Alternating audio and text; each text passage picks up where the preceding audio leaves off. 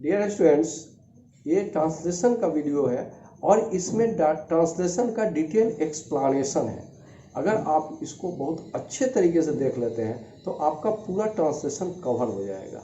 और आपसे रिक्वेस्ट है कि इस चैनल को सब्सक्राइब कर लीजिए और बेल आइकन को दबा दें।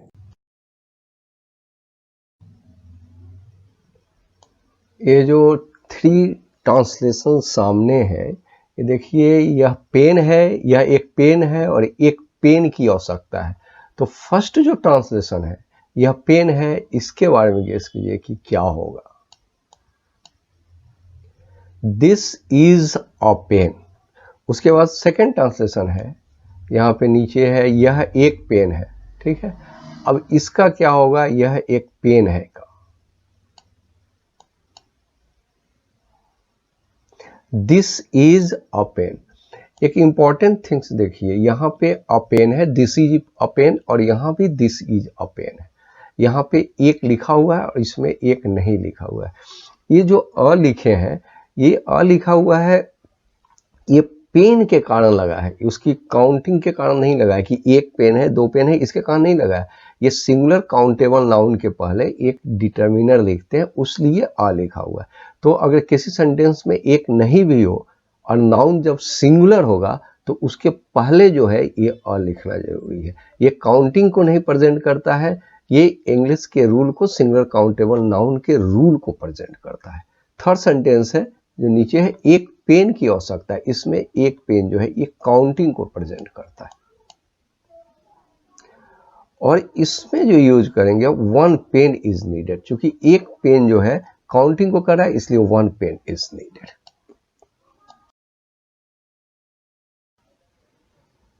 सेकंड स्लाइड जो है, ये देखिएगा, ये स्ट्रेस देते हैं तो हम कैसे लिखते हैं। जैसे एक सेंटेंस है, स्ट्रेस कैसे देते हैं किसी सेंटेंस में, जैसे मैं आम खाता हूं, आई ईट ए मैंगो। सेकंड सेंटेंस है, मैं आम खाता तो हूं। यहाँ तो जो है ये स्ट्रेस देने के लिए। यहाँ देखिए एक सेंटेंस है, मैं स्कूल जाता तो हूं। तो किसी किसी सेंटेंस में वर्ब पे स्ट्रेस, जब वर्ब पे स्ट्रेस देना होता है तो उसके लिए डू डज डिड, पास्ट में डिड लिखते हैं, डू डज लिखते हैं और V1 लिखते हैं ऑब्जेक्ट, और उसके बाद एस लिखते हैं। तो मैं आम खाता तो हूं, इसी सेंटेंस का यहाँ पे स्ट्रेस दिया जा रहा है। I do eat a mango. देखिए, do eat a sentence generally use नहीं होता है, लेकिन जब ये ईट जो वर्ब है इस पे स्ट्रेस देने के लिए तो डू डज लगाएंगे, ही होगा तो डज लगाएंगे, और पास्ट टेंस होगा तो डिड लगाएंगे। इसी तरह से वर्ब को स्ट्रेस देने का सेंटेंस बनता है। यहां देखिए, वह स्कूल जाता तो है स्ट्रेस देते हैं, he does go to school. ये डज लिखा हुआ है ही के कारण, और गो टू स्कूल, तो स्ट्रेस देने वाले सेंटेंस ऐसे ही बनते हैं।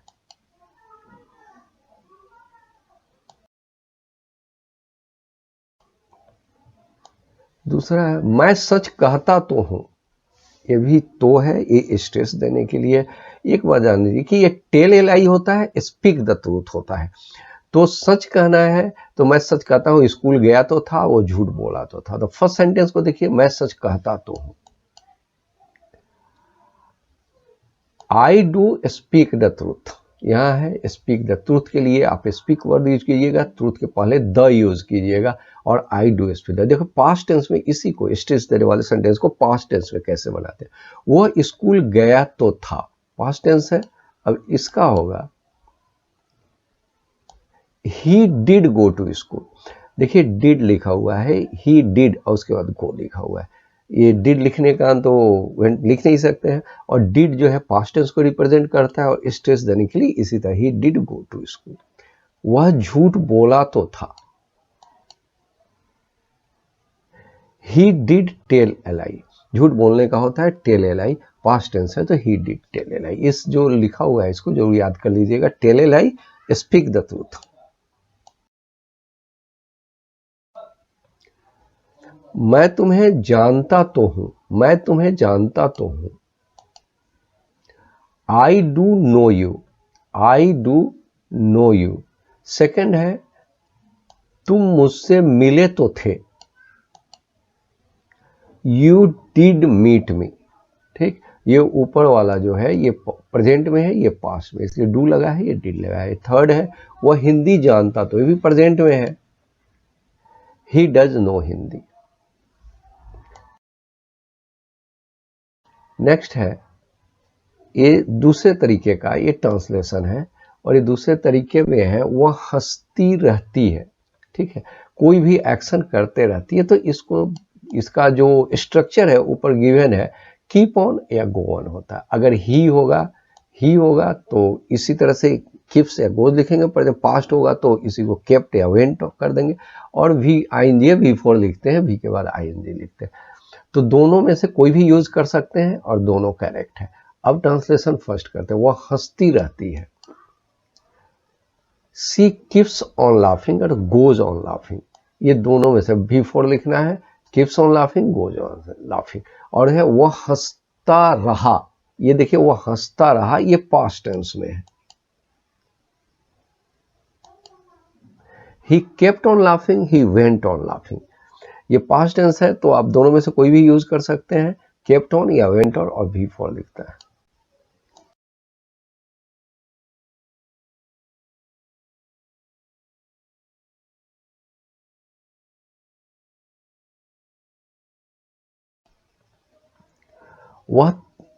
वह तैरता रहता है,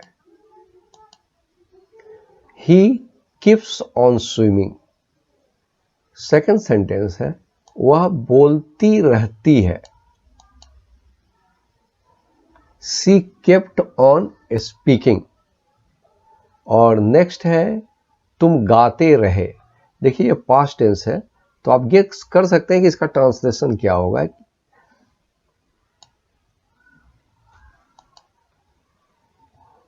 you kept on singing, you kept on singing.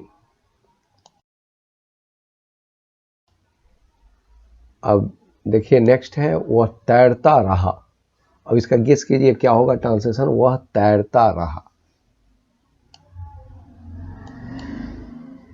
He kept on swimming.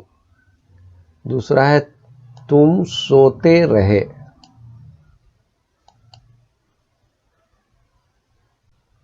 You went on sleeping.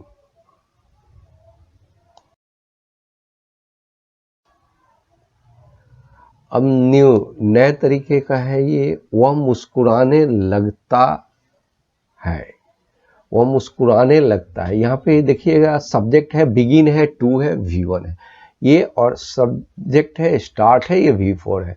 तो अगर बिगिन लिखेंगे तो बिगिन के बाद हम टू लिखेंगे और V1 लिखेंगे, स्टार्ट लिखेंगे तो V4 लिखेंगे। प्रेजेंट में ऐसे लिखेंगे, पास्ट में बिगिन और स्टार्ट का V2 लिख देंगे।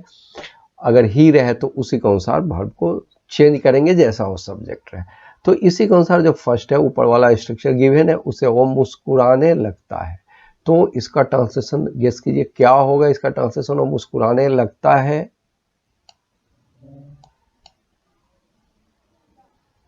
he begins to laugh और he starts laughing, he begins to laugh और he start laughing। उसी तरह से तुम भनभनाने लगे, ये लगे गिवन है, ये पास्ट टेंस में होगा, तुम भनभनाने लगे, तो पास्ट में क्या होगा इसका,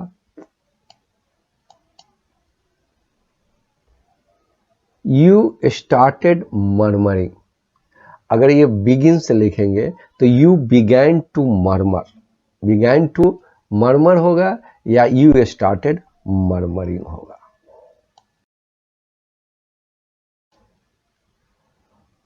अब वह चिल्लाने लगा, वह चिल्लाने लगा, पीछे जो स्ट्रक्चर था उसी स्ट्रक्चर पे बनाना है, और ये आप गेस कीजिए कि वह चिल्लाने लगा का क्या होगा। चिल्लाने का आप जानते हैं वह है, और वह चिल्लाने लगा। देखिए he began to laugh, first है he began to laugh और he started laughing। इस चीज को याद भी कर लीजिएगा, जब बिगिन होगा या बिगैन होगा तो टू लिखते हैं, V1 लिखते हैं, अगर स्टार्ट रहता है तो फिर V4 लिखते हैं। नेक्स्ट है वे लोग नाचने लगे, ये भी पास्ट टेंस में, वे लोग नाचने लगे।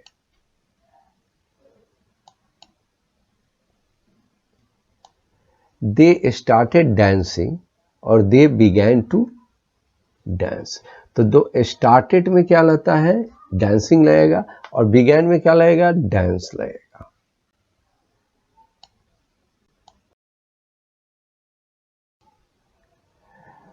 नेक्स्ट है लेट। लेट से सेंटेंस जो बनता है वो कैसे बनेगा, वो देखिए। लेट जो होता है ये इंट्रोडक्टिव में थोड़ा यूज होता है और सजेशन के सेंस में होता है। देखिए लेट का कुछ और भी मीनिंग होता है। वर्ब में अलाउ होता है और नाउन में लीज होता है। जैसे टू लेट वगैरह कहीं लिखे हुए आप देखिए होगा बिल्डिंग वगैरह के पर, तो कोई घर खाली रहता है तो टू लेट लिखे, तो नाउन में लेट का मीनिंग लीज होता है और अलाउ होता है वर्ब में। लेकिन यहाँ पे लेट का दूसरे तरीके से हम यूज करेंगे। दूसरा तरीका क्या है, जो सजेशन है, प्रपोज है, रिक्वेस्ट है, उसमें भी हम लेट का यूज करते हैं और इसे इंपरेटिव सेंटेंस बोलते हैं। ठीक है, और लेट में फीचर है कि लेट जब यूज करते हैं तो जो प्रोनाउन हम यूज करते हैं वो प्रोनाउन हम ऑब्जेक्टिव केस का यूज करते हैं। ऑब्जेक्टिव केस में प्रोनाउन कहते हैं, सब्जेक्टिव केस में प्रोनाउन हम नहीं यूज करते हैं। अब देखिए एक सेंटेंस है, अब हम पढ़े। अब हम पढ़े इसका ट्रांसलेशन है, अब का यहाँ लिखा हुआ है नाउ है। Let us read now. Let us read now है, अस जो है ऑब्जेक्टिव केस में है और रीड और नाउ अब के लिए। तो इसी तरह से लेट से सेंटेंस बनाया जाता है।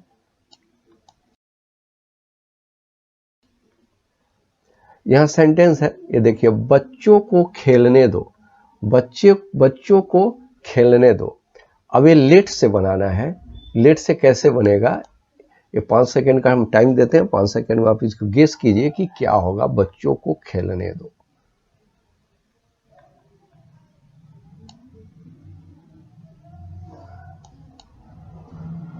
Let the children play. ठीक है, लेट से शुरू किए हैं, द चिल्ड्रेन है और प्ले है। Let the children play. उसे मत जाने दो। उसे मत जाने दो। ये मत जो है ये नेगेटिव है और ये नेगेटिव इंपरेटिव सेंटेंस होगा। तो लेट से कैसे नेगेटिव बनाते हैं इसको आप देख लीजिएगा। Don't let him go. देखिए लेट के पहले जो नेगेटिव लिखना है तो पहले डोंट लिखेंगे, लेट के अंदर नहीं लिखेंगे। यहाँ जैसे लेट है तो यहाँ पे नहीं लिखेंगे, पहले लिखेंगे don't let him go. Next sentence है, उसे जाने दो। और यहां पे है लेट हिम गो। उसे जाने दो का होगा लेट हिम गो।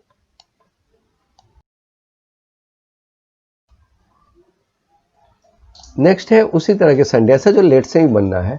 उसे सोने दो। उसे सोने दो। लेट हिम स्लीप है। देखिए लेट से शुरू है, हिम जो है ऑब्जेक्टिव केस में, लेट हिम स्लीप। उसे मत सोने दो। फिर ये जो है नेगेटिव इंपरेटिव है और नेगेटिव इंपरेटिव में कैसे बनेगा ये आप गेस कीजिए, बनाइए थोड़ा इसको। 5 सेकंड का हम टाइम देते हैं। उसे मत सोने दो।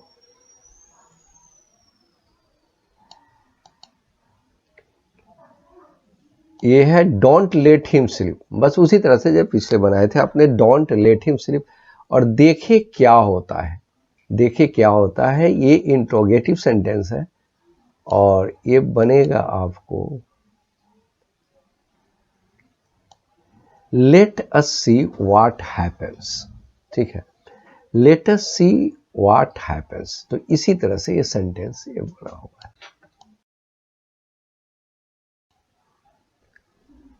नेक्स्ट है, हम लोग लंदन चले। हम लोग लंदन चले। तो इसको बनाइए, इसको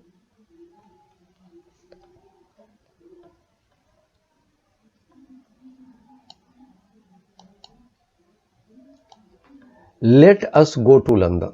नॉर्मली जैसे बाकी सब बनाए हैं उसी तरह से बनता है। उन सभी को एक साथ रहने दो। उन सभी को एक साथ रहने दो।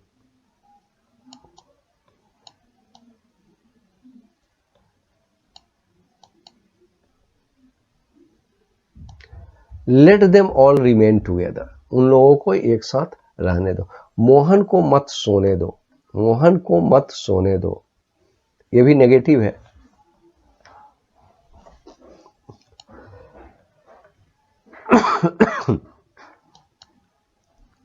Don't let Mohan sleep. Don't let Mohan sleep. एक बात याद रखिएगा, जो लेट है ये जो है इन्फिनिटिव विदाउट टू होता है और लेट के बाद आप टू यहां पे नहीं लगा सकते हैं। ये जो है बेयर इन्फिनिटिव में आता है, और बेयर इन्फिनिटिव में हम टू नहीं लगाते हैं, तो यहाँ पे होगा डोंट लेट मोहन स्लीप। यहाँ वर्ब के पहले आप टू नहीं लगाएंगे। अब हम क्वेश्चन टैग से ये ट्रांसलेशन करेंगे कि क्वेश्चन टैग का कैसे यूज होता है। देखिए क्वेश्चन टैग जो है, क्वेश्चन टैग हम अपने जो है अपने जिज्ञासा को, मतलब अपनी जो जानकारी है उसको कंफर्म करने के लिए हम क्वेश्चन टैग का यूज करते हैं। और क्वेश्चन टैग में हम 3 वर्ड नहीं लिखते, जैसे है कि डू नॉट यू यहाँ नहीं लिखेंगे, हम लिखेंगे डोंट यू। डू यू लिखते हैं ये सही है, या डोंट यू लिखेंगे, या कोई भी इज नॉट यू नहीं लिखेंगे, इज नॉट नहीं, आर नॉट यू नहीं लिखेंगे, आरंट यू लिखेंगे, इज नॉट ही ये नहीं लिखेंगे, इजंट ही लिखेंगे। देखिए कुछ कंट्रैक्शन दिए हुए हैं, are not aren't, can not can't, is not isn't, has not hasn't, ऐसे ही आप जानते हैं जैसे होता है। एक बात याद रखिएगा कि आई एम नॉट का आरंट होता है, ये तो विल नॉट का वोंट होता है। बाकी सब जो है वो जैसे यूज हम करते हैं उसी तरह से होते हैं। सिर्फ जो है इसमें फिर से मैं रिपीट कर रहा हूं कि जो है एम नॉट, आई में एम यूज करते हैं, और एम नॉट का आरंट होता है, हम एम नॉट आई की जगह आरंट आई हम लिखते हैं, आरंट आई ही कंट्रैक्शन में होता है। दूसरा है विल नॉट का वोंट होता है, और बाकी सब जैसे यूज होते हैं उसी तरह से हम उसका भी यूज करते हैं क्वेश्चन टैग में। और ये जैसे यहाँ सेंटेंस बनाओ, you play cricket, don't you, ठीक है, यहाँ प्रोनाउन यूज हुआ है डोंट। तो ये जो है अगर अफर्मेटिव है तो क्वेश्चन टैग नेगेटिव होगा, अगर सेंटेंस जो है नेगेटिव है तो क्वेश्चन टैग अफर्मेटिव होगा। इसी तरह से क्वेश्चन टैग से हम सेंटेंस जो है फॉर्म करते हैं। अब यहाँ स्कूल यहाँ पे है, वह स्कूल जाता है ना, तो अब इसका ट्रांसलेशन करना है, वह स्कूल जाता है ना, एक क्वेश्चन टैग से ही बनाना है। तो इसको बनाइए, 5 सेकंड का हम टाइम देते हैं। ये कैसे बनेगा,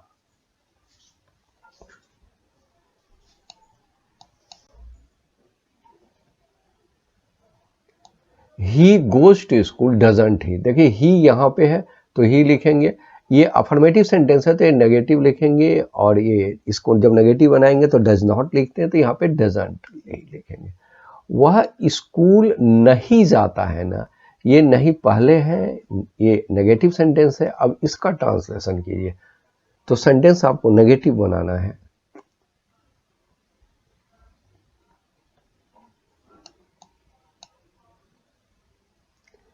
ही doesn't go to school, does he, देखिए वो ही डजंट यहां हो गया तो यहां पे डज ही होगा, he doesn't go to school, does he. और थर्ड सेंटेंस है मैं चालाक हूं ना,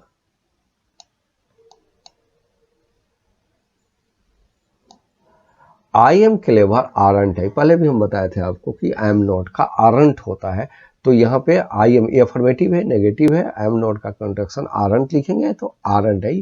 और ये साइन ऑफ इंट्रोगेशन सब में है, आप देख रहे हैं साइन ऑफ इंट्रोगेशन का यूज करते हैं।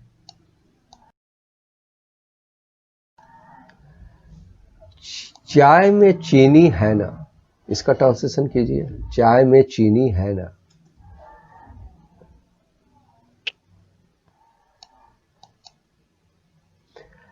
There is sugar in tea, isn't there, there लिखा हुआ है, इजंट देयर हो गया है।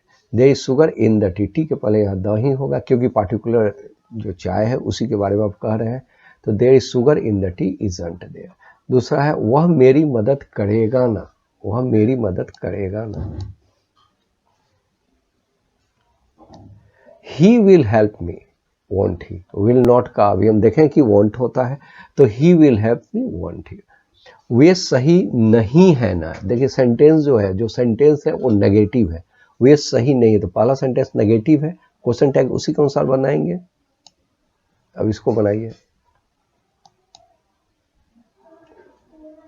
दे आरंट राइट, देखिए ये नेगेटिव था तो यहाँ आरंट लिखे, तो ये जो है अफर्मेटिव हो गया, आर दे हो गया। अफर्मेटिव सेंटेंस इसी तरह से बनता है।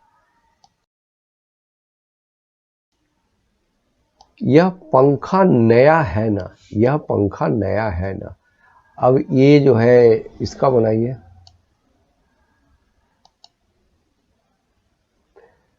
दिस फैन इज न्यू, नया के लिए न्यू लिखे, लेकिन यहाँ पे इजंट इट लिखे हैं, तो फैन इज है तो इजंट ही लिखेंगे, लेकिन दिस फैन के लिए यहाँ प्रोनाउन यूज करना है, तो यहाँ पे सिंगुलर है, इसलिए यहाँ पे हम इट ही यूज करेंगे। यह काम कोई कर सकता है ना,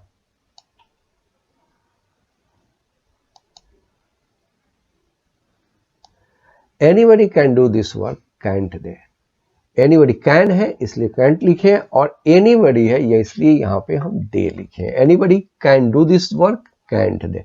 थर्ड सेंटेंस, रधिया नहीं नाच रही है ना, ये नेगेटिव सेंटेंस है, नहीं नाच रही है ना।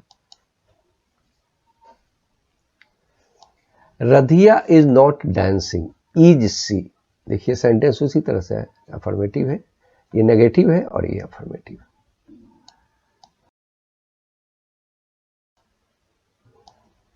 वहां नहीं जाओगे ना, वहां नहीं जाओगे ना, याद रखिएगा कि ऐसे सेंटेंस को इंपरेटिव सेंटेंस ही बोलते हैं।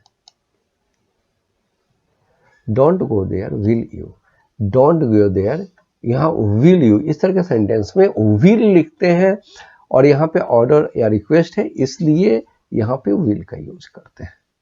तुमने खाना बनाया है ना, You have cooked, haven't you? तुमने खाना बनाया है तो you have cooked, haven't you? यह मेरी है ना, यह मेरी है ना। This is mine, isn't it? Isn't it हो गया, this के लिए यहाँ it आया है और this is के लिए isn't आया है।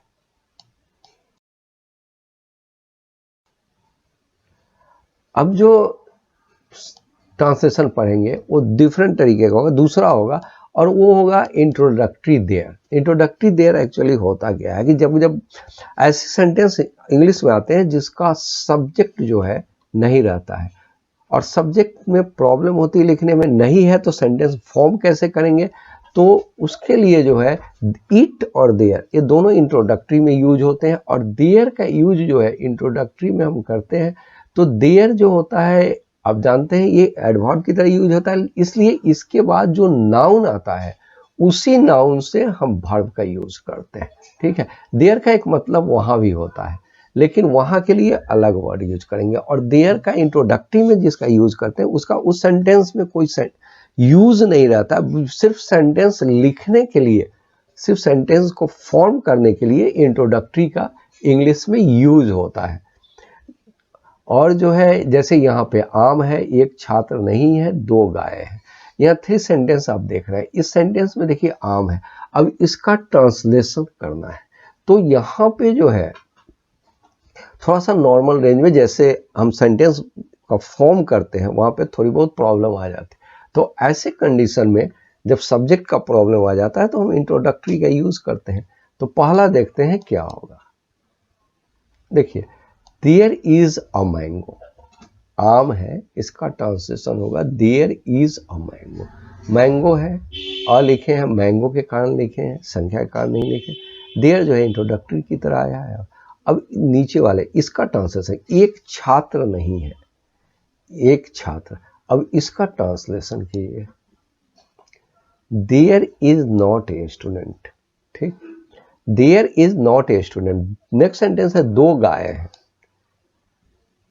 अब देखिए देयर आर 2 काउस, यहाँ पे आर लिखा हुआ है, यहाँ पे इज लिखा हुआ, पहले ही बताया कि जो नाउन होता है जैसे स्टूडेंट सिंगुलर है तो इज लिखे, यहाँ पे काउस प्लूरल है तो आर लिखे, तो देयर के अनुसार ये वर्ब का यूज नहीं करते, इसके बाद जो नाउन आता है उसके अनुसार करते हैं। अगर नाउन सिंगुलर हुआ तो सिंगुलर वर्ब, नाउन प्लूरल हुआ तो प्लूरल यूज करते हैं, इसी तरह से वर्ब का यूज देयर में किया जाता है। अब इस सेंटेंस देखिए, यहां कुछ नहीं रहेगा, फ्यूचर टेंस में है, देयर का यूज करके बनाएंगे, इसको बनाइए, यहां कुछ नहीं रहेगा,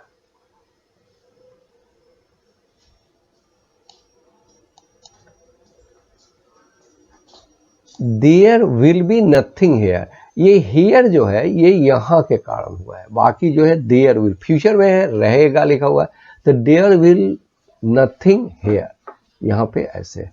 दूसरा है नदी में पानी नहीं है, नदी में पानी नहीं है,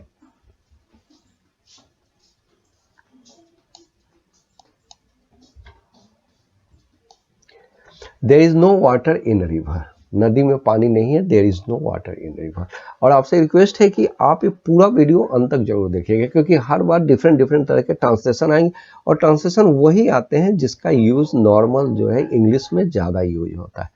तो there is no water in that, नदी में पानी नहीं है। एक चीज़ बता दें, एक बात जानना आपको जरूरी है कि नो और नॉट में क्या अंतर है। नो जो है एग्जेक्टिव होता है नो वाटर, और नॉट एडवर्ब होता है। तो नॉट का यूज हम कहाँ करते हैं, ये am is are was were जो डूडर जो एक्जुलरी वगैरह होता है उसके बाद हम नॉट का यूज करते हैं, वर्ब के बाद यूज करते हैं एज ए एडवर्ब की तरह। ये एग्जेक्टिव होता है, ये नाउन के साथ यूज होता है। चाय में चीनी है,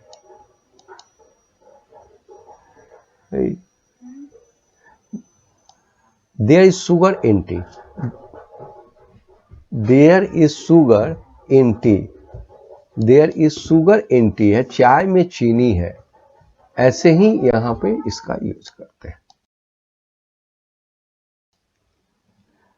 अब आइए उस देर से यूज करना है, क्या दुनिया में शांति रहेगी, क्या दुनिया, इंटरोगेटिव सेंटेंस है, क्या दुनिया में शांति रहेगी। फर्स्ट है, इसको बनाइए,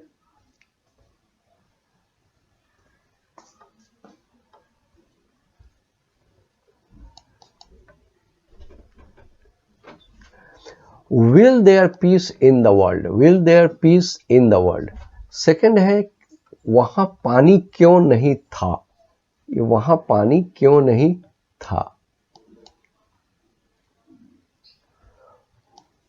क्यों का आप जानते हैं वाई होगा, पास्ट टेंस में वाज है, why was there no water there. ये देखिए दो बार देयर यूज हुआ है, एक देयर यहां और एक देयर यहां। देखो एक देयर यहां इसलिए यूज हुआ कि ये वहां लिखा हो, वहां लिखा हो, इसके कारण ये देयर यूज। और ये देयर जो यूज हुआ है ये जो है इंट्रोडक्टरी यूज हुआ है।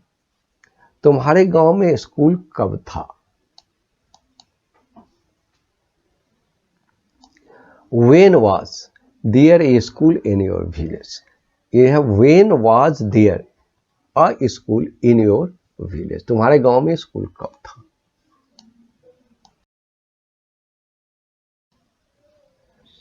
अब आते हैं दूसरे ट्रांसलेशन पे, इट पे आते हैं। ये भी इंट्रोडक्टरी, जैसे इंट्रोडक्टरी देयर है, इंट्रोडक्टरी इट है।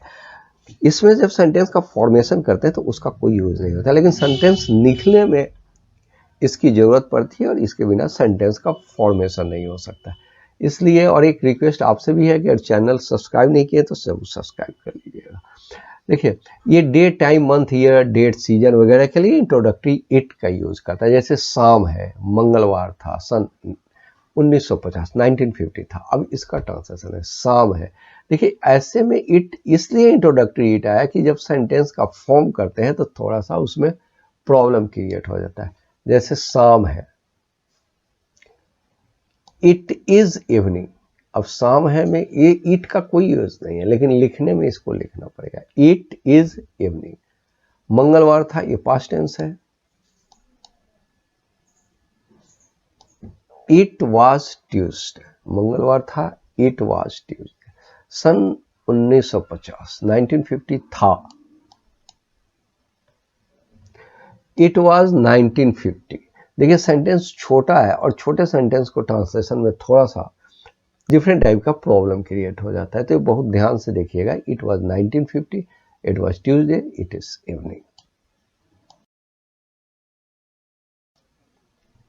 बसंत है, बसंत है, इसका ट्रांसलेशन कीजिए।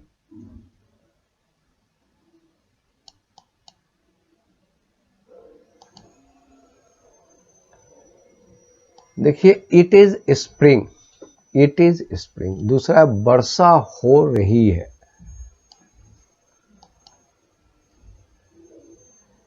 इस तरह के ट्रांसलेशन बहुत ज्यादा मिलते हैं। वर्षा हो रही है, कंटिन्यूअस में है तो इज है, और it is raining.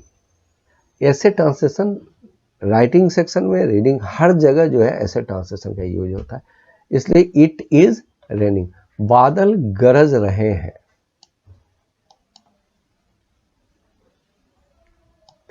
It is thundering, it is thundering.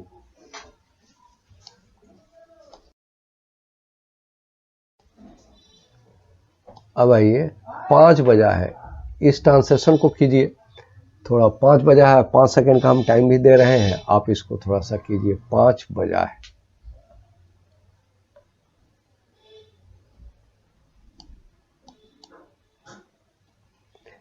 It is 5 o'clock, बहुत सिंपल है ये, 5 बजा है, 5:30 बजा है। इट इज 5:30, 10 बजने ही वाला है।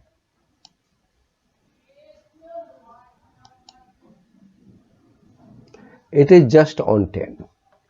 देखिए एक चीज है, ये जो 5 o'clock क्लॉक लिखते हैं ये एग्जैक्ट टाइम पे लिखते हैं, जैसे 2 o'clock 3 o'clock, अगर 2:30 हो रहा है, 1:30 हो रहा है, 5:30 हो रहा है तो अब ये क्लॉक का यूज नहीं करते हैं, सीधे 2 o'clock होगा, 5 o'clock, जैसे इट इज 5 o'clock। देखिए 5:30 बजा है, 5:30 बजा है तो आधा घंटा है तो हाफ यूज करते हैं 5:05, और जो मिनट होता है उसको पहले लिखते हैं और आवर को बाद में लिखते हैं, तो 5 बजा है तो इसलिए 5 लिखे और इट इज जस्ट ऑन 10। ठीक, देखिए जैसे वो बनाए थे 5:30 बजा है तो 7:45 बजा है, पौने का क्वार्टर यूज करते हैं, सवा का भी क्वार्टर यूज करते हैं, 8:15 बजा है और 7:45 बजा है। तो पहले इसका ट्रांसलेशन कर लीजिए, फिर हम इसको एक्सप्लेन करते हैं।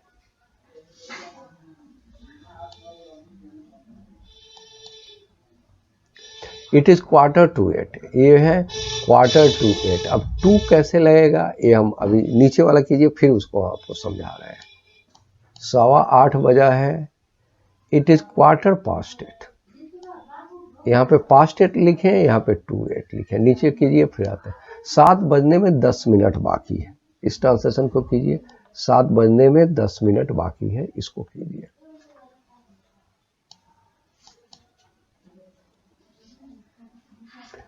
देखिए इट इज 10 to 7 यहाँ लिखा हुआ, देखिए कैसे ट्रांसलेशन, पहले तो 2 उसके लिए लिखते हैं जो बाकी रहता है, जैसे जैसे 7:45 बजा, मतलब 8 बजने में 15 मिनट बाकी है तो 15 मिनट के लिए क्वार्टर यूज करते हैं, उसके बाद 2 लिखते हैं, पहले मिनट लिखते हैं, आवर का बाद में लिखते हैं। जैसे 8:15 बज रहा है, मतलब 8:15 हो रहा है तो बीत गया, उसके लिए हम पास्ट वर्ड यूज करते हैं। और अभी बताएं जैसे क्वार्टर हो गया 15 मिनट का है तो पहले लिखेंगे और उसके बाद आवर लिखेंगे, तो it is 8:15।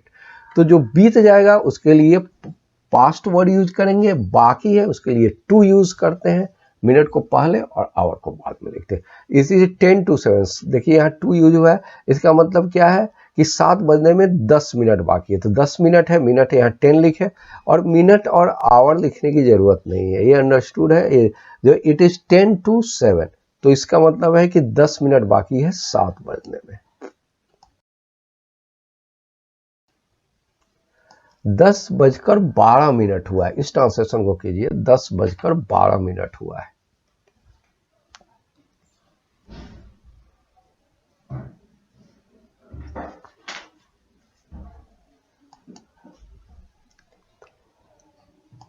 It is 12 past 10, past use हुआ है, टाइम बीत गया है 12 मिनट, तो इसीलिए 12 लिखे, 10:12 हो रहा है। आपके घड़ी में कितना समय हो रहा है, आपके घड़ी में कितना समय हो रहा है, इसका ट्रांसलेशन कीजिए।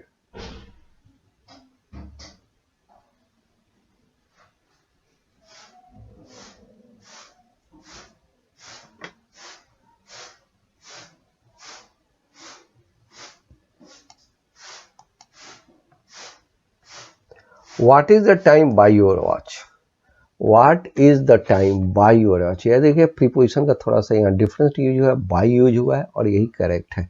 तो बाई यूज होता है, what is the time by your watch, इस चीज को आप ध्यान रखिएगा, आपके घड़ी में कितना समय हो रहा है। नेक्स्ट सेंटेंस है मेरी घड़ी खराब है, मेरी घड़ी खराब है।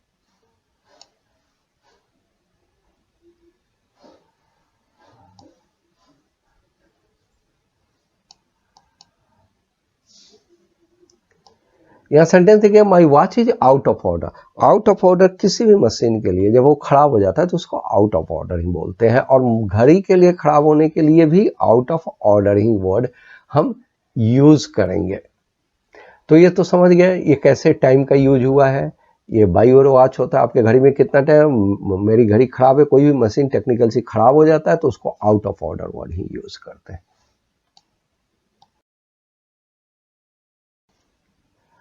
अब हम आते हैं रिलेटिव प्रोनाउन पे, जो डिफरेंट टाइप का है, हु, विच, दैट, हुम और हुज। देखिए हु जो है ये ह्यूमन बीइंग के लिए होता है, आदमी के लिए होता है। विच जो है एनिमल के लिए यूज करते हैं, नॉन लिविंग के लिए यूज करते हैं, डैड जो है सबके लिए यूज करते हैं, लेकिन ह्यूमन बीइंग के लिए हु यूज करते हैं, एनिमल के लिए विच, और डैड सबके लिए करते हैं, लेकिन हुम जो है ये ह्यूमन के लिए करते हैं। और हु और हुम में ये डिफरेंस है कि सब्जेक्टिव केस है और हुम ऑब्जेक्टिव केस में यूज करते हैं।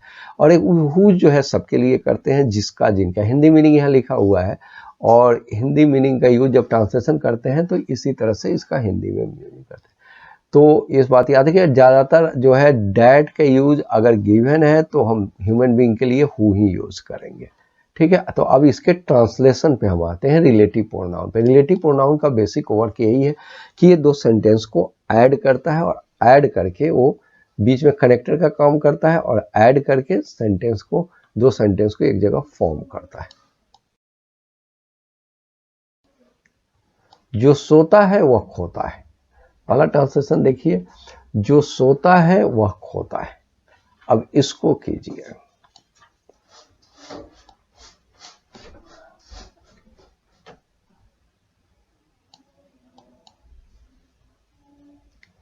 he who sleeps loses, he ये जो सोता है वो खोता है, who sleeps loses, खोने के लिए लूज वर्ड है, जो सोता है वो खोता है। जो किताब ये पढ़ी है तुम्हारी है, जो किताब पढ़ी है यहाँ पढ़ी है वो तुम्हारी है। The book that is lying here is yours, the book that is lying पढ़े के सेंस में होता है, और जो बुक दैट यहाँ यूज हुआ है ये बुक के लिए रिलेटिव हुआ है, बुक के लिए है, क्योंकि बुक के लिए यूज हो सकता है। देखिए यहाँ हु यूज हुआ है, लिविंग के लिए यूज हुआ है, ह्यूमन बीइंग के लिए यूज हुआ है तो ही यूज किया है। ये थिंग्स है, जो थिंग्स है इसलिए दैट यूज किए हैं, लाइंग है यूज। जिस लड़के से तुम मिले वो बहुत तेज है, इसका ट्रांसलेशन कीजिए, जिस लड़के से तुम मिले वो बहुत तेज है, और इसका ट्रांसलेशन होगा, आप कीजिए,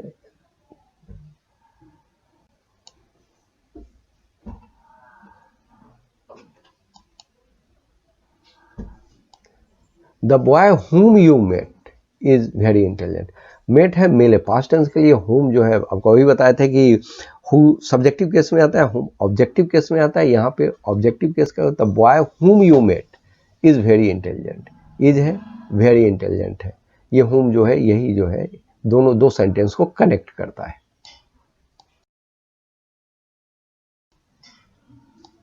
सभी जो चमकता है सोना नहीं होता, सभी जो, इसका तो ट्रांसलेशन आप जानते भी होंगे, सभी जो चमकता है सोना नहीं होता है। अब इसका ट्रांसलेशन आप कीजिए,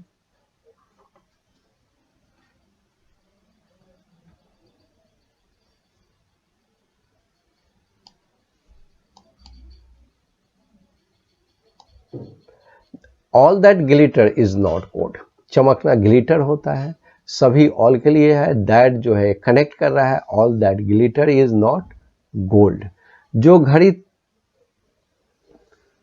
तुमने खरीदी थी खराब हो गई, जो घड़ी तुमने खरीदी थी खराब हो गई।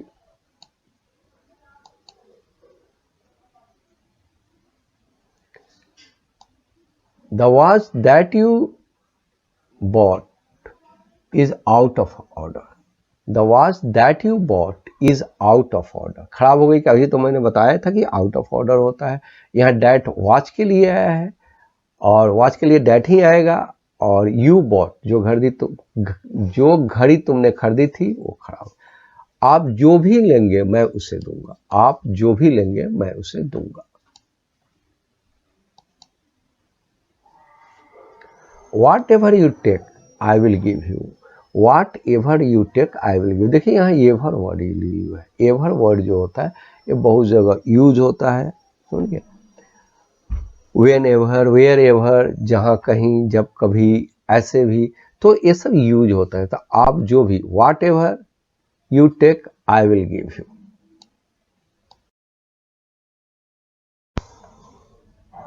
अब जो है हम दूसरे तरह का ट्रांसलेशन है, ये डबल इंट्रोगेटिव सेंटेंस है। डबल इंट्रोगेटिव सेंटेंस कैसे करेंगे ये हम देखते हैं। जैसे एक सेंटेंस है, तुम कौन हो, कहाँ रहते हो। अब ये सेंटेंस आपके सामने है, अब इसका ट्रांसलेशन हमें करना है। देखिए, who are you, and where do you live, ऐसा समझ, अकेला जो अलग सेपरेट अगर रहता, तुम कौन हो तो आप बनाते ही कि हु आर यू बनाते, ठीक है। And where do you live, तो वेयर डू यू लिव यहाँ पे होगा। सेकंड सेंटेंस है, क्या तुम कह सकते हो कि सोना कहाँ पाया जाता है, क्या तुम कह सकते हो कि सोना कहाँ पाया जाता है, और इसका ट्रांसलेशन आप अब कीजिए।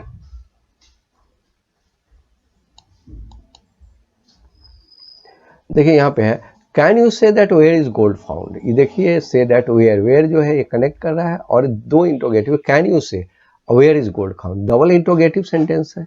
इसी तरह से आप कैसे हैं और क्या चाहते हैं, आप कैसे हैं और क्या चाहते हैं, इसका ट्रांसलेशन अब आप कीजिए, आप कैसे हैं और क्या चाहते हैं।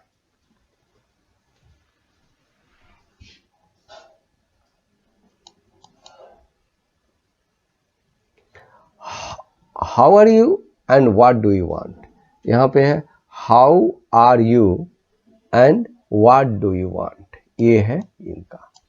नेक्स्ट देखिए, वह कौन है और क्या चाहता है, वह कौन है और क्या चाहता है, इसका ट्रांसलेशन कीजिएगा।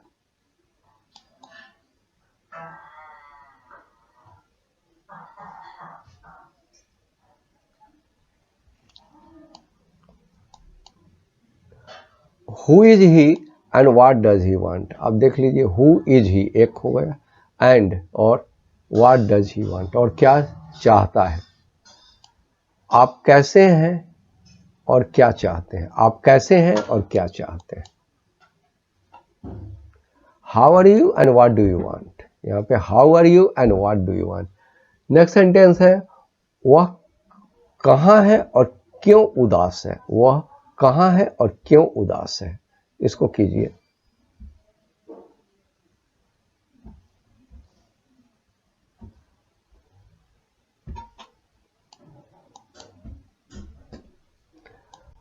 Where is she and what? Why is she sad? Where is she and why is she sad?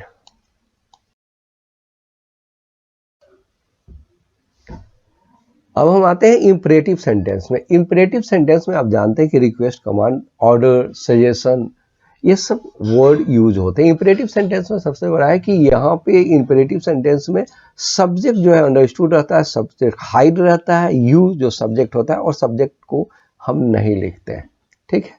तो ये ऑर्डर, कमांड, रिक्वेस्ट हो गया। पहला है दरवाजा खोलो, पंखा चला दो, बल्ब बुझा दो। तो फर्स्ट सेंटेंस देखते हैं, इसका क्या होगा ट्रांसलेशन, दरवाजा खोलो। सिंपल सा है, ओपन द डोर, वर्ब लिखे, द डोर लिखे और ओपन द। दूसरा है पंखा चला दो, switch the fan on. On का मतलब होता है कोई भी चीज स्टार्ट करना, तो यहाँ पंखा चला दो है, तो यहाँ पे स्विच द फैन ऑन। दूसरा है बल्ब बुझा दो, बल्ब बुझा दो, इसका ट्रांसलेशन कीजिए।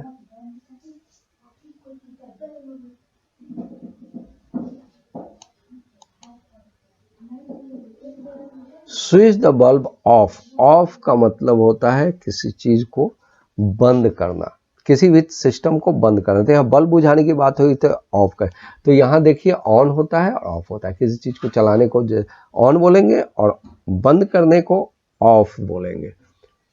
नेक्स्ट है अंदर आओ, अंदर अवश्य आओ, चाय पियो, चाय अवश्य पियो। देखिए फर्स्ट सेंटेंस है अंदर आओ, उसके बाद अंदर अवश्य आओ। यहाँ अवश्य जो वर्ड है इस पे हम स्ट्रेस डाला जा रहा है, इस पे हम डिस्कस करेंगे। तो फर्स्ट अंदर आओ, एज यू नो, आप बहुत अच्छे तरीके से जानते हैं कि कम इन होगा अंदर आने का। अब अंदर अवश्य मत मीन्स क्या है कि इस वर्ड पे जोर देना है अवश्य के लिए। तो इसका क्या होगा, इसको थोड़ा गेस कीजिए और इसको बनाइए कि अंदर अवश्य आओ का कि क्या ट्रांसलेशन होगा।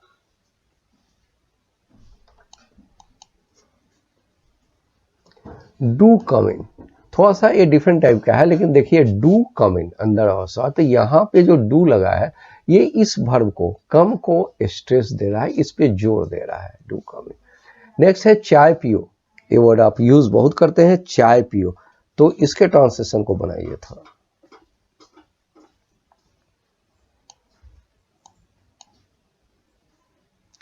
Have a cup of T, have a cup of T, ठीक। अब है चाय अवश्य पियो, मतलब ये हैव जो है इस पे स्ट्रेस देना है कि चाय अवश्य पियो, तो क्या होगा, do have a cup of T. देखिए ये पास्ट टेंस रहता तो इसी तरह से हम यहाँ डिड भी यूज कर सकते हैं, लेकिन इम्परेटिव से do have a cup of T, तो ये डू डज लिख के हम जो है वर्ब पे स्ट्रेस डालते हैं, लेकिन चूंकि as we know very well ये डू डज या डिड वर्ब पे स्ट्रेस डालने के लिए करते हैं। लेकिन इम्परेटिव सेंटेंस में क्या होता है कि इम्परेटिव सेंटेंस में चूंकि यू रहता है, इसलिए इम्परेटिव सेंटेंस में हम डू ही लिखते हैं, ठीक है। मत हंसो, हंसो जाओ, शराब मत पियो, जरूरतमंद की हमेशा सहायता करो। देखिए फर्स्ट सेंटेंस जो है मत हंसो, इसका कीजिए डोंट लाफ, नेचुरल है, ये नेगेटिव इंपरेटिव है, और इसी तरह से नेगेटिव इंपरेटिव को बोलते हैं। आपको पहले ही बताया कि इंपरेटिव में डू का ही यूज करते हैं, तो यहाँ पे अब हंसो, लाफ। देखिए इंग्लिश में एक इंपॉर्टेंट थिंग्स बता दे कि ग्रुप ऑफ वर्ड सेंटेंस तब तक नहीं बनता जब वर्ब नहीं हो। जैसे सिंगल वर्ड है, ये जो है वर्ड है सिंगल है, और ये इंग्लिश का सेंटेंस भी है, इस चीज को याद रखिएगा। ये सेंटेंस में ज्यादा वर्ड होने से सेंटेंस का फॉर्मेशन हो ये कोई जरूरी नहीं है, वर्ब का रहना बहुत ज्यादा जरूरी है। जैसे थर्ड सेंटेंस को देख लीजिए, जाओ, ये गो है, और गो में क्या है, दो ही लेटर है, ये वर्ड है गो, और एक ये गो जो है सेंटेंस भी है, ठीक। शराब मत पियो, नेगेटिव है, इसका ट्रांसलेशन कीजिए शराब मत पियो।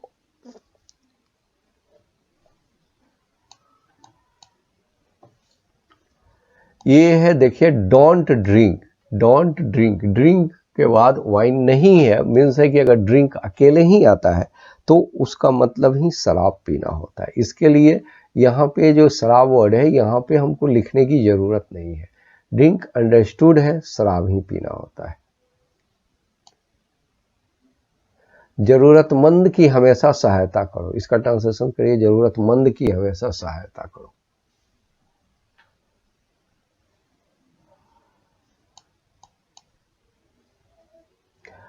ऑलवेज हेल्प द नीडी, हमेशा है, ऑलवेज हो गया, हेल्प होता है मदद करने को, सहायता करने को, जरूरत, the needy, always help the needy.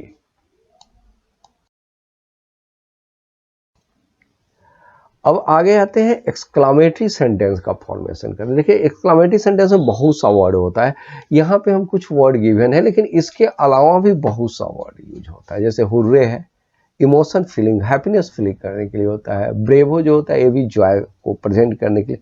अलाज जो होता है ये सौरों को प्रेजेंट करने के लिए, दुख को प्रेजेंट करने, वो भी सेम सैडनेस को प्रेजेंट करने के।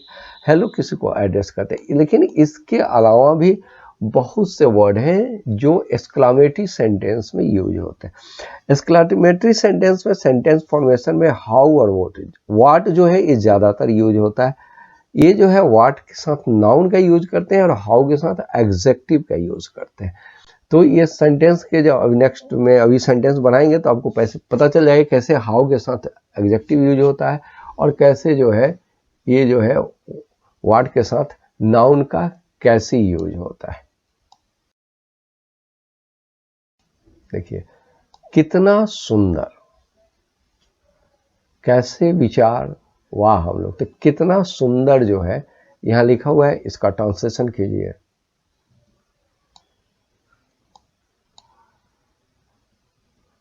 How beautiful. Sign of exclamation जरूर होगा, आप जानते हैं एक्सक्लामेटरी सेंटेंस है, तो हाउ ब्यूटीफुल है, कैसे विचार।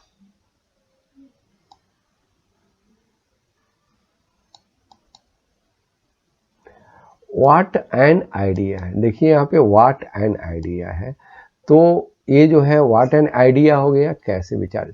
वह हम लोग मैच जीत गए, तो अभी तो हुर्रे के हैं, हुर्रे जो वर्ड होता है हैप्पीनेस जॉय को प्रेजेंट करता है, we have won the match, ठीक।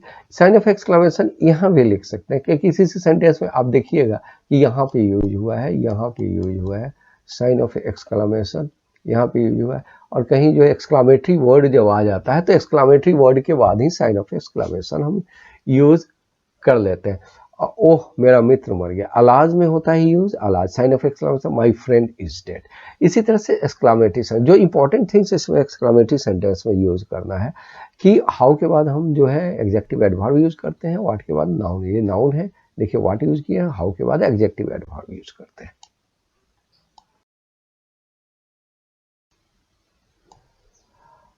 अब नेक्स्ट ये डिफरेंट टाइप का सेंटेंस आ गया। ये डिफरेंट टाइप के सेंटेंस में क्या होता है, देखिए वो हंसने लगता है, ठीक है, वे भागने लगे। तो इस तरह के सेंटेंस जो होता है बिगिन और स्टार्ट से बनता है। आप देख लीजिए यहाँ पे वो हंसने लगता है, क्या होगा, he begins to laugh, he start laughing. भागने का इंग्लिश होता है फ्ली और रन अवे होता है।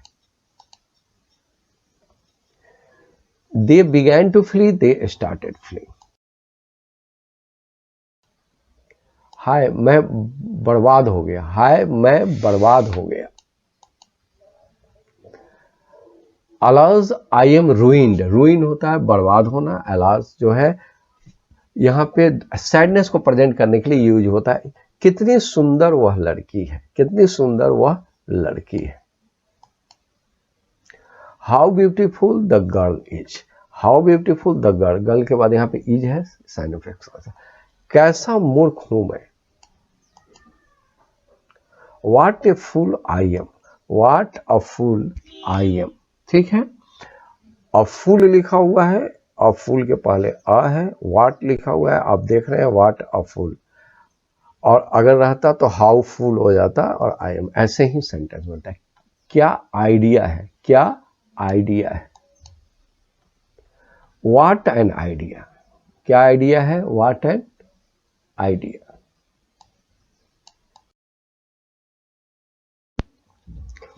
ये डिफरेंट टाइप का जो ट्रांसलेशन है ये यहाँ पे आ गया, तुम भनभनाने लगे। इसका कीजिएगा फर्स्ट जो है यू स्टार्टेड मर्मरिंग, सेकेंड है वर्षा होने लगी, it started raining, it started raining. वह सोचने लगता है, वह सोचने लगता है। He begins to think, present tense है इसलिए बिगिंस लगेगा, बिगिंस टू थिंक। वह रोने लगेगी, वह रोने, फ्यूचर टेंस में है, वह रोने लगेगी। She will start weeping, she will start weeping. अब नेक्स्ट जो है ये डिफरेंट टाइप का ट्रांसलेशन हो गया, वो पढ़ता ही रहता है, मतलब है कि वो ये वर्क जो है, कोई भी जो एक्शन है वो ज्यादा देर तक करता है, तो उस इस तरह के सेंटेंस उसी में बनते हैं। वह सोती ही रही, मेरी माँ स्वेटर बुनती ही रहती है, वो पढ़ता। यहाँ स्ट्रक्चर दिया ही डू नथिंग बट, और विदाउट टू लिखते हैं, V1 विदाउट टू लिखते हैं, तो डू डज डिड जो है टेंस के अनुसार चेंज करेंगे ये जो है। तो he does nothing but study, यहाँ पे लिखा हुआ है वह पढ़ता ही रहता है, उसका ट्रांसलेशन है he does nothing, nothing but यहाँ लिखा हुआ है नथिंग बट, और उसके बाद जो है हम V1 लिखते हैं। तो आ जाइए इस पे, वह सोती ही रही, वह सोती ही रही का क्या ट्रांसलेशन होगा। She did nothing but sleep, she did nothing but sleep, वो सोती ही रही। दूसरा है मेरी माँ स्वेटर बुनती ही रहती है, मेरी माँ स्वेटर बुनती ही रहती है, इसका ट्रांसलेशन कीजिए।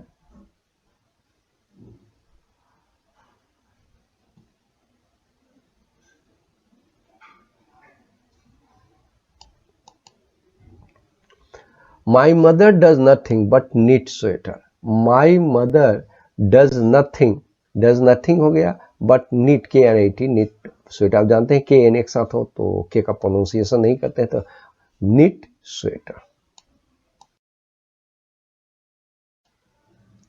अब हम डिफरेंट साउंड पे आ जाते हैं, डिफरेंट साउंड पे आ जाते हैं। तो जैसे उसके दांत कटा रहे हैं, अब इसका ट्रांसलेशन हम ट्रांसलेशन के 5 सेकंड्स आपको देंगे बनाने के लिए, उसके बाद ट्रांसलेशन। तो उसके दांत कटा रहे हैं,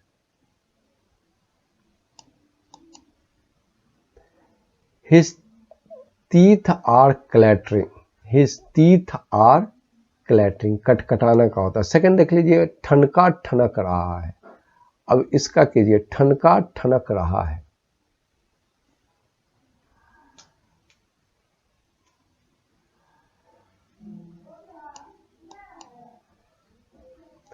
it is thundering, it is thundering, ठनका ठनक रहा है। थर्ड है सिक्के झंझना रहा है, सिक्के झंझना रहे हैं, तब इसका होगा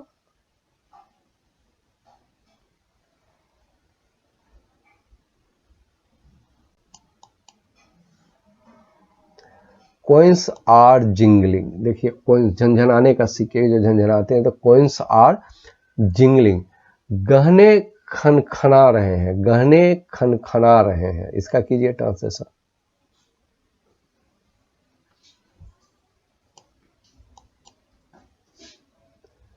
ज्वेलरी आर टिंकलिंग, टिंकलिंग जो है jewellery are tinkling.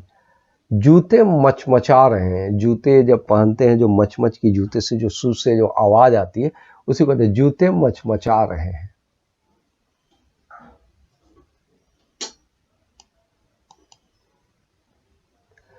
Shoes are creaking, shoes are creaking, जूते मचमचा रहे हैं। घड़ी टिक टिक कर रही है, घड़ी टिक टिक कर रही है।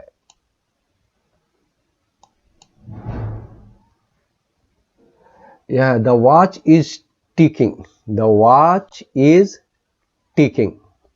नेक्स्ट में आइए,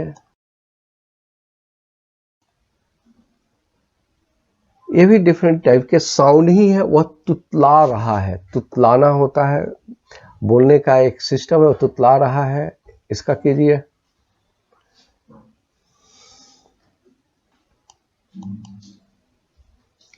ही इज स्टैमरिंग, स्टैमरिंग होता है तुतलाना, ही इज स्टैमरिंग। वह कानाफूसी कर रही है, वह कानाफूसी कर रही है।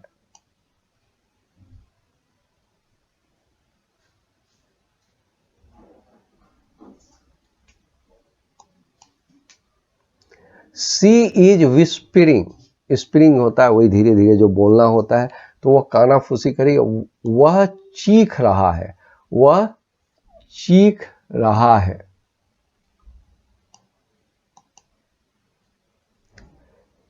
He is shrinking, he is shrieking, और वह सिसक रहा है, वह सिसक रहा है।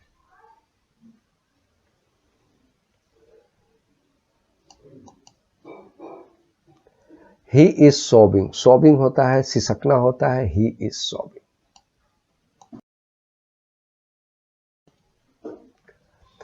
अब एक जो है इससे डिफर एक ट्रांसलेशन है जो है कॉजेटिव वर्ब का। कॉजेटिव वर्ब में कहते हैं कोई भी वर्क आप खुद नहीं करते, कोई काम दूसरे से करवाते हैं। जैसे कि यहाँ पे देखा, मैंने अपना बाल कटवाया, तो आप खुद बाल नहीं काटते हैं, बाल कटवाए। तो I had cut my hair, ये गलत से होगा अगर इसका ट्रांसलेशन करते हैं। इसका मीनिंग यही हुआ कि मैंने अपना बाल काटा, तो बाल खुद काटा, तब तो ये सेंटेंस सही है। लेकिन बाल कटवाया मतलब दूसरे से काम हुआ, तो ऐसे में ये कॉजेटिव वर्ब का यूज होता है। यहाँ पे है हैव गॉट है, नाउन प्रोनाउन और V3 बाद में लिखते हैं, ठीक है। तो ये इसी स्ट्रक्चर से हम जो है बाकी कॉजेटिव वर्ब का सेंटेंस जो है फॉर्म करेंगे। तो पहला देखते हैं ट्रांसलेशन कि मैंने अपना बाल कटवाया, इसका ट्रांसलेशन क्या होता है। I had my hair cut, ये देखिए सेंटेंस आई हैड है, और हैड के बाद देखिए पास्ट टेंस है, अगर प्रेजेंट टेंस होता तो यहाँ पे हैव यूज करते। माई हेयर है, कट जो है बाद में। पहले यहाँ सेंटेंस देखिए, इन दोनों सेंटेंस में डिफर कितना है। यहाँ तक तो हैड आ गया, देखिए माई हेयर यहाँ है, और कट जो है इसके बाद में। इस स्ट्रक्चर में देखिए यहाँ पे पास्ट पार्टिसिपल जो है V3 पास्ट पार्टिसिपल होता है, V3 यहाँ पे यूज हुआ है। तो इसी तरह से होगा, तब कॉजेटिव वर्ब में यूज होगा। ऐसे यूज कीजिए तो नॉर्मल वर्ब में आप यूज, ग्रामेटिकली ये सेंटेंस करेक्ट है, लेकिन ये सेंटेंस इसका ट्रांसलेशन नहीं है, इसीलिए यहाँ पे काटा गया है। तो I had my hair cut, इसका मतलब हुआ कि मैंने बाल जो है अपना बाल कटवाया। तुमने एक घर बनवाया है, ये प्रेजेंट टेंस है, तुमने एक घर बनवाया है। अब इसका ट्रांसलेशन कीजिए क्या होगा।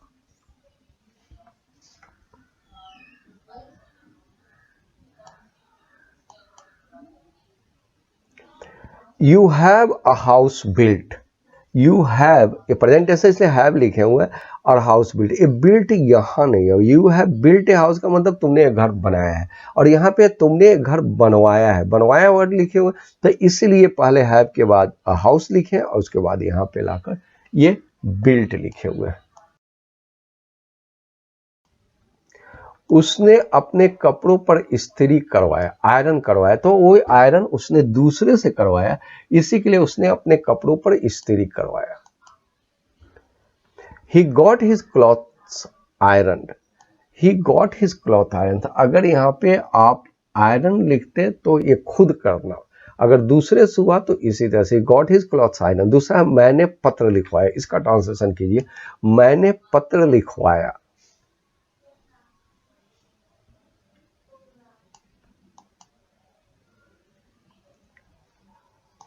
I had a letter written. I had a letter written. मैंने पत्र, जैसे कि स्ट्रक्चर और पहले आप सेंटेंस बना रहे थे, देखिए उसी तरह से सेंटेंस बना हुआ है। वह पेड़ लगवाया, पेड़ लगाया नहीं, वह पेड़ लगवाया। He will get trees planted. He will get, sorry वह पेड़ लगवाएगा, सॉरी यहाँ पे यह लगवाएगा है, फ्यूचर टेंस में, तो he will get trees planted। देख लीजिए कैसे बना हुआ है। लड़की नचाई जाएगी, लड़की जो है वो नचाई जाएगी, तो इसका ट्रांसलेशन होगा, ये फ्यूचर में है, a girl will be made to dance, a girl will be made to dance, नचाई जाएगी। वह मुझे दौड़ाया, वह मुझे दौड़ाया, इसका ट्रांसलेशन कीजिए।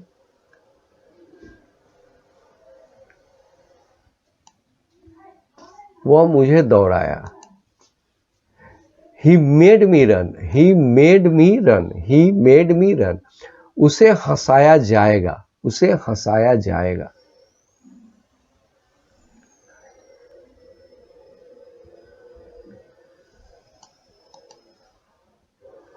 He will be made to laugh, future tense में है, he will made to laugh, उसे हंसाया जाएगा।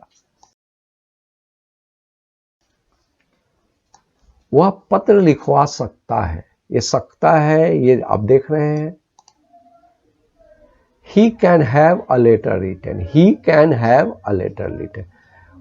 उसे पत्र लिखवाना चाहिए था, उसे पत्र लिखवाना चाहिए था लिखा हुआ है, यहाँ पे देखिए था लिखा हुआ है, उसे पत्र लिखवाना चाहिए था। He should have got a letter written। ये should have का वर्ड यूज वहां पे यूज करते हैं जहां पे आपको कोई एक्शन हो सकता था लेकिन नहीं हुआ, उसी के लिए यूज करते। वह पत्र लिखवा सका, वह पत्र लिखवा सका।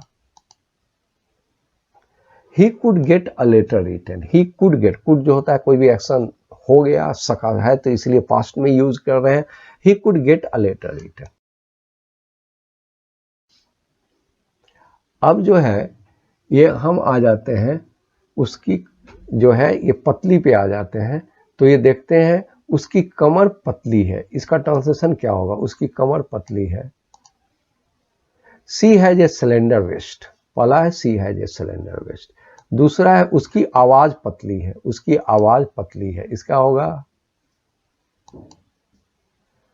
ही हैज फेंट वॉइस, यहां देखिए फेंट वॉइस लिखा हुआ है। तीसरा वो पतला दस्त हो रहा है, he is suffering from loose motion, faint voice है, लूज मोशन है, पतला है, यहाँ सब में पतला ही लिखा हुआ है लेकिन सबके इंग्लिश अलग अलग होते हैं। उसकी हालत पतली है। He is in critical condition, he is in critical condition. यह पतला सूत है, यह पतला सूत है। This is a lean fabric, this is a lean fabric.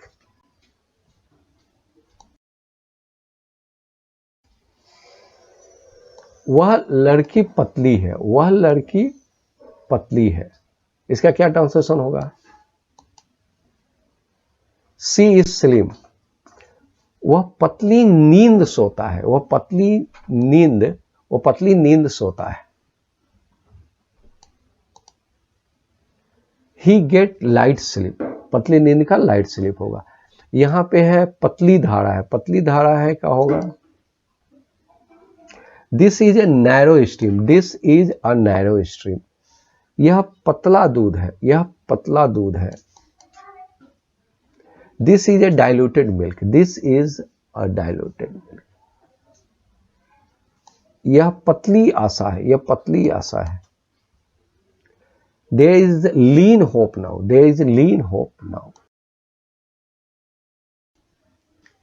वह मोटा आदमी है, वह मोटा आदमी है। He is a fat man, he is a fat man, उसकी मोटी तनख्वाह है। यहाँ भी मोटी है, देखिए मोटी है, मोटा है, मोटा है, मोटा है, लेकिन सबके वर्ड अलग अलग होते हैं। उसकी मोटी तनख्वाह है। He has a high salary, salary मोटी तनख्वाह का मतलब ज्यादा सैलरी मिलता है, मोटी। यह मोटा कपड़ा है। This is A course cloth, course मतलब मोटा कपड़ा को ही बोलते हैं कोर्स क्लॉथ। यह मोटा काम है, यह मोटा काम है। This is unskilled work, unskilled work का मतलब मोटा काम होता है। और ये जो ट्रांसलेशन है ये लास्ट है, मुझको खाता है, ये मेरे थंबनेल पे भी है। और मुझको खाता है क्या ट्रांसलेशन होगा, आप इसको बताइए। 5 सेकंड का टाइम देते हैं।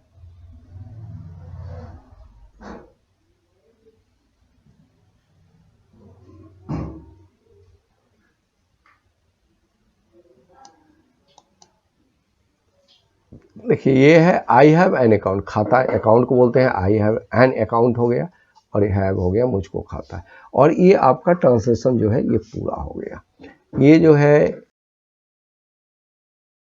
और आपसे ये रिक्वेस्ट है कि अगर वीडियो सही लगा तो चैनल को जरूर सब्सक्राइब कर लीजिएगा।